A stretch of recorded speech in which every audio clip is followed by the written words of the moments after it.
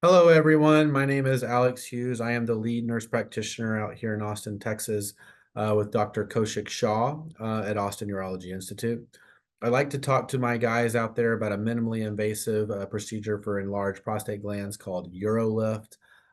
So we'll kind of go in the ins and outs, what it is, what BPH is, what medications do, and who would be a perfect candidate for this procedure. I'll get started with y'all. So Urolift system, minimally invasive BPH care. So the current state of urology, the top 10 reasons to visit a urologist. BPH is by far the biggest thing that we get asked about. So these are guys coming in that have had urinary frequency, urgency, nocturia. Nocturia is the number one, and it's primarily the wife kind of elbowing you saying, hey, you're waking me up too much in the middle of the night. So nocturia is the unwanted urination during nighttime. So patients are coming in like, hey, I'm not having any kind of sleep. I'm not getting any kind of good sleep, and we'll evaluate them for an enlarged prostate gland. The other ones you can kind of see here, but BPH is obviously the number one. So history of the BPH procedures, removing prostate tissue. This is a nucleation, simple prostatectomies, pull-ups, robot simples, TURPs, TUIPs, bipolar, PVP, laser, whole lap, and button. Injure, heat, ablate prostate tissue, thermal, microwave, tunas, chemicals, ethanol, and toxins, open the prostates with stents. I'd also like to throw aquablation therapy in there. That's really removing the prostate tissue. So if you remove prostate tissue, it's excellent disobstruction. That is the biggest way to remove tissue. To open up the obstruction. Serious adverse events and difficulty recovery are on the prostatic resection ones. The injure and the heat and the ablate prostate tissue. This is the modest disobstruction, limited moderate effectiveness, difficulty recovery from thermal therapies. And if you open the prostate with stents, immediate disobstruction, but migration, incrustation, complications, inquiring removal. So there hasn't been a really kind of slam dunk therapy until Urolift kind of came out. So current state of the BPH patient population, redefining minimally invasive BPH treatment. So 48%, 6.8 million patients are on watchful waiting. So they come to the doctor, they do an IPSS score, which I'll talk about later, and they just don't want to try anything. So that's watchful waiting. Medical therapy, 50%. So 7 million patients are on medical therapy. These are alpha blockers and 5-alpha reductase. I don't love medications. They have side effects, and I'm sure we'll talk about that here a little bit later. And then only 2% are actually having a surgery and procedure. So the way that we want everyone to start thinking is really earlier intervention, and that's where Urolift shines more than anything, because the longer you wait and the longer you're just on meds, trying out these meds, your bladder is really being effective. So it's all about saving the bladder health. Each year, over 1/3 of BPH drug patients discontinue taking the medications. The Urolift system is a proven option for patients seeking an alternative to BPH medications.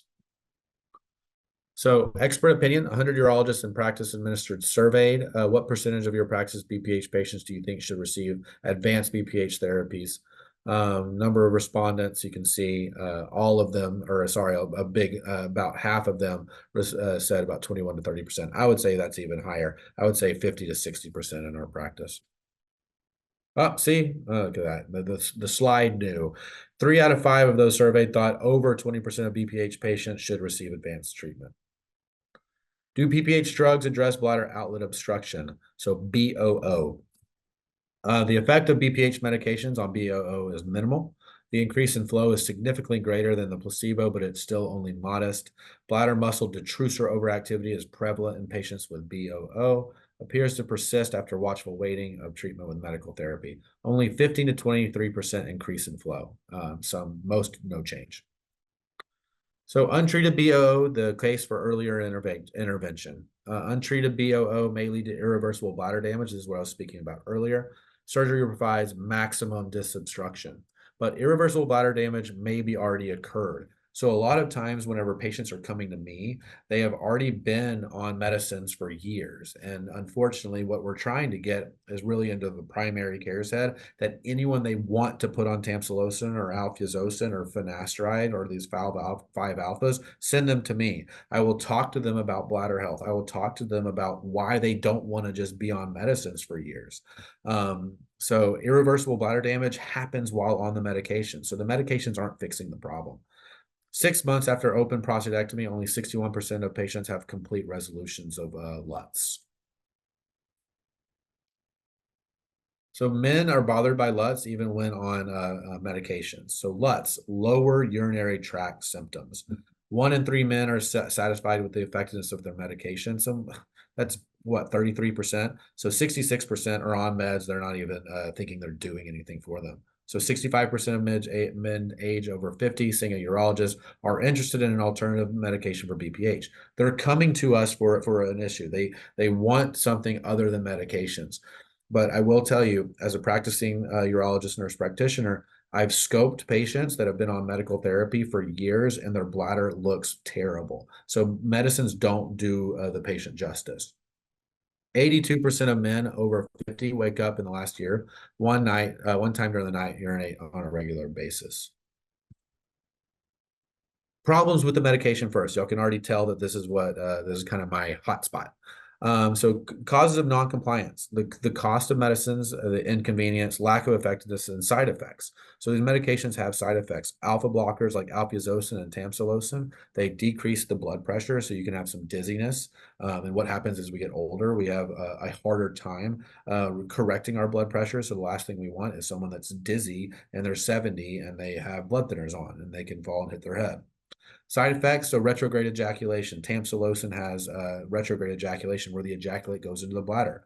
The last thing my 40, 50, 60, even 70-year-old patients want is whenever they orgasm for their ejaculate to go into their bladder. They want it to be out. So reported compliance rates as low as 29% at year 1 and then 13% at 4 years. So people just don't stay on their medications. And polypharmacy, too many medications, right? So the last thing I want to do is add another medicine that could potentially interact with another one. And as we get older, it's a known fact, you're going to start having more medications. So if there are medicines that you can get off of with a minimally invasive procedure like Urolift, why not kind of go down that pathway first? Patients have faced hard choices until now. Benefits and side effects of BPH medications, comparison of outcomes 1 and 2 years. So you can see this alpha blockers, the negative side effects, dizziness, headache, nasal congestion, ED, ejaculatory issues, the one I was just talking about. The IPSS, which is the International Prostate Symptom Score, only improves about 5.6 points with the alpha blockers. 5-alpha reductase, you're seeing an additional 3 points. So you're saying in total, if you do dual therapy, you're looking at a decrease of about 8 points on their IPSS. That's a score from 0 to 35. It doesn't do that much. And the 5-alpha reductase side effects, cognitive decline, ED, it knocks down your testosterone levels, respiratory, headache. All of these things can be avoided if you just go with a minimally invasive treatment like Urolift. This is one of my favorite things I use in my clinic. So this is one of their flyers that they utilize, and this shows what a healthy bladder looks like as the bladder worsens and then permanently damaged. So what this is called is trabeculation. So a healthy bladder is supposed to look like the bottom of your palm here, smooth and relaxed, right? So as the bladder works through obstruction, it starts to squeeze through that obstruction. So it has a backflow that causes the bladder to get bigger and bigger and bigger. And as it gets bigger, it doesn't function like it's supposed to. It gets rigid. And that's where you have these high PVRs, which are post-void residuals. So earlier, disobstruction has been shown to preserve bladder health, yet only 2% of patients elect surgery or the procedure. It's our job to teach these patients on why they should do these kinds of things and not just choose, I'm just going to renew my medications. BPH meds provide symptom relief, but do not adequately address bladder outlet obstruction, so BOO. Untreated BOO may lead to irreversible bladder damage. Look at these pictures. This is why when I've scoped patients that have been on meds for 20 years, their bladder looks so beat up like the moon, and they have terrible PVRs, they have bladder stones, they have chronic urinary tract infections, because they never actually treated the BOO. We need to address the obstruction earlier than in the disease. The solution: a procedure with faster recovery, fewer risk, and proven outcomes. How do men define minimally invasive? Men's perception of importance when considering a minimally invasive procedure for BPH: no post-op catheter, rapid relief, rapid recovery, minimal downtime, minimal procedure discomfort, preserved sexual function, office procedure, local anesthesia. So you can kind of see where this all is falling in the importance of men. So the 10 is the most important. So no post-op catheter, rapid relief, and rapid recovery. This is an office procedure done in about 30 minutes. And 99% of our patients do not have a catheter. Urolift system advantages: typically no catheter required after treatment, rapid symptom relief and recovery, preservation of sexual function, so no decrease in their ejaculate, and it's an in-office procedure. So the patients that are choosing this are patients that really quantify their erections. So this has no erectile dysfunction. It has nothing to do with their ejaculate, so the ejaculate will stay the exact same, and it has no risk of stress urinary incontinence. The Urolift system has extensive clinical data, so 5-year durability. So I do tell my patients that this lasts about 5 years. And in about 5 years, the prostate always grows. So it may outgrow one of the clips, and then you have to go in, and then you have to clip it again. I kind of say it's almost like whack-a-mole. As the prostate grows, we can see it on cystoscopy. We'll tack that piece of the prostate out. And you can do this in multiple different angles and multiple different times over the course of years. Proven in the real world, consistent results across studies and clinical practice. So you can see this: the average decrease of IPSS was from around a score of around 23, and it was bottoming about 10, so about a 50% reduction. The Urolift system procedure, part of standard of care. AUA guidelines highlights urologists should consider the urethral lift. Patients should be made aware that surgical treatments can cause ejaculatory dysfunction and may worsen ED, which I do. And men so concerned about new onset of ED and or GD, the Urolift can be would not pose any additional risk. So this was our outcomes. They followed the actual national data. So you can see the national average for us was around 20.5, and we bottomed out at around 11. AUA BPH guidelines recognize the need for intervention. Since many men discontinue medical therapy, yet proportionally few seek surgery, there's a large clinical need for an effective treatment that is less invasive than surgery. With this treatment class, perhaps a significant portion of men with BOO who have stopped medical therapy can be treated prior to impending bladder dysfunction. So I urge all of the men that are listening, and women, get your men to do this. Go to the Urolift website and go to the IPSS score. If your IPSS score is anything above a 7, you probably are a Urolift candidate, and you could come and see me and we can get you addressed. But the whole thing, if you can really take anything from this webinar, is get those mental pictures of that bladder health in your head. Once that bladder damage sets in, it's done. There's no coming back. It does not bounce back. It's kind of like if you have a balloon and you blow up a balloon. So you have a nice stretchy balloon in the beginning and you blow it up 10 times the size. Whenever you let all that air out, what does it do? It looks floppy. It doesn't work as well. It's weaker. That's what happens with your bladder whenever you don't treat it. So this is how the Urolift system works. So enlarged prostate can narrow or even block the urethra. So going from left to right, the bladder is above the prostate. The prostate is a heart-shaped organ below the bladder. It is our sexual organ, so that's all it is for. It has the seminal fluid that mixes with sperm, and that's what's in the ejaculate, but it starts to grow and obstruct the bladder. So once that bladder starts obstructing, that's where that trabeculation sets in. That's the bladder damage. So we go in with the cystoscope that's basically like a long staple, and we get right where the obstruction portion is of the prostate, and we release the staple on step 2, and then we cinch it tight. Think of like a lasso kind of squeezing that prostate open. And at the end of it, you can see on this on the step 3 how we have a wide open cavity that allows that bladder to empty naturally.